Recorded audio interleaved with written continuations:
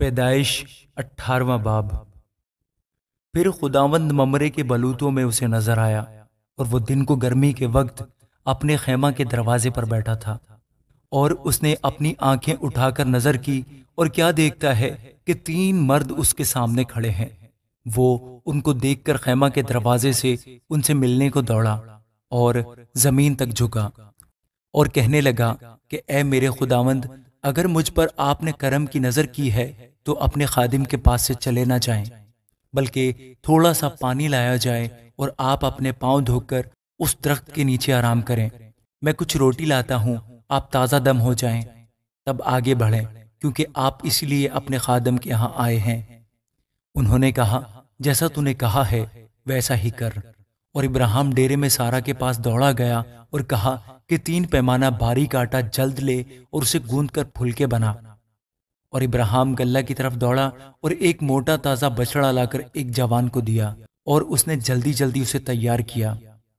پھر اس نے مکھن اور دودھ اور اس بچڑے کو جو اس نے پکوایا تھا لے کر ان کے سامنے رکھا، اور آپ ان کے پاس درخت کے نیچے کھڑا رہا، اور انہوں نے کھایا۔ پھر انہوں نے اس سے پوچھا کہ تیری بیوی سارا کہاں ہے؟ اس نے کہا، وہ ڈیرے میں ہے۔ تب اس نے کہا، میں پھر موسم بہار میں تیرے پاس آؤں گا، اور دیکھ تیری بیوی سارا کے بیٹا ہوگا۔ اس کے پیچھے ڈیرے کا دروازہ تھا، سارا وہاں سے سن رہی تھی، اور ابراہیم اور سارا ضعیف اور بڑی عمر کے تھے، اور سارا کی وہ حالت نہیں رہی تھی جو عورتوں کی ہوتی ہے۔ تب سارا نے اپنے دل میں ہنس کر کہا، کیا اس قدر عمر رسیدہ ہونے پر بھی میرے لیے شادمانی ہو سکتی ہے، حالانکہ میرا خاوند بھی ضعیف ہے؟ پھر خداوند نے ابراہیم سے کہا کہ سارا کیوں یہ کہہ کر ہنسی کہ کیا میرے جو ایسی بڑھیا ہو گئی ہوں واقعی بیٹا ہوگا؟ کیا خداوند کے نزدیک کوئی بات مشکل ہے؟ موسم بہار میں معین وقت پر میں تیرے پاس پھر آؤں گا اور سارا کے بیٹا ہوگا۔ تب سارا انکار کر گئی کہ میں نہیں ہنسی، کیونکہ وہ ڈرتی تھی۔ پر اس نے کہا، نہیں، تو ضرور ہنسی تھی۔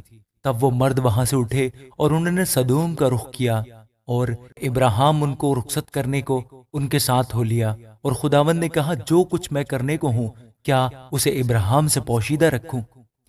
ابراہیم سے تو یقیناً ایک بڑی اور زبردست قوم پیدا ہوگی، اور زمین کی سب قومیں اس کے وسیلہ سے برکت پائیں گی، کیونکہ میں جانتا ہوں کہ وہ اپنے بیٹوں اور گھرانے کو جو اس کے پیچھے رہ جائیں گے وصیت کرے گا کہ وہ خداوند کی راہ میں قائم رہ کر عدل اور انصاف کریں، تاکہ جو کچھ خداوند نے ابراہیم کے حق میں فرمایا ہے اسے پورا کرے۔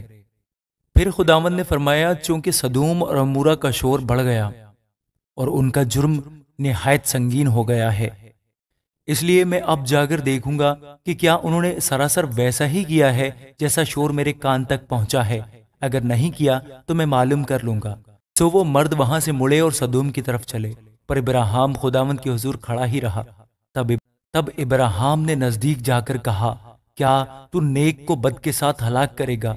شاید اس شہر میں 50 راست باز ہوں، کیا تو اسے ہلاک کرے گا اور ان 50 راست بازوں کی خاطر جو اس میں ہوں اس مقام کو نہ چھوڑے گا؟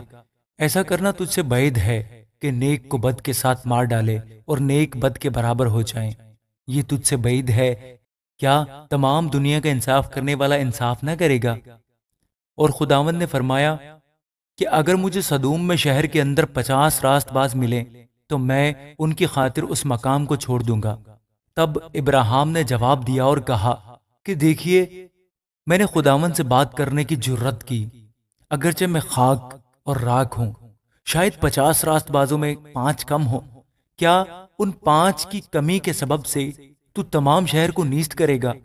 اس نے کہا، اگر مجھے وہاں 45 ملیں تو میں اسے نیست نہیں کروں گا۔ پھر اس نے اس سے کہا کہ شاید وہاں 40 ملیں۔ تب اس نے کہا کہ میں ان 40 کی خاطر بھی یہ نہیں کروں گا۔ پھر اس نے کہا، خداوند ناراض نہ ہو تو میں کچھ عرض کروں، شاید وہاں 30 ملیں۔ اس نے کہا، اگر مجھے وہاں 30 بھی ملیں تو بھی ایسا نہیں کروں گا۔ پھر اس نے کہا، دیکھیے، میں نے خداوند سے بات کرنے کی جرت کی، شاید وہاں 20 ملیں۔ اس نے کہا، میں 20 کی خاطر بھی اسے نیست نہیں کروں گا۔ تب اس نے کہا، خداوند ناراض نہ ہو تو میں ایک بار اور کچھ عرض کروں، شاید وہاں 10 ملیں۔ اس نے کہا، میں 10 کی خاطر بھی اسے نیست نہیں کروں گا۔ جب خداوند ابراہیم سے باتیں کر چکا تو چلا گیا اور ابراہیم اپنے مکان کو لوٹا۔ آمین۔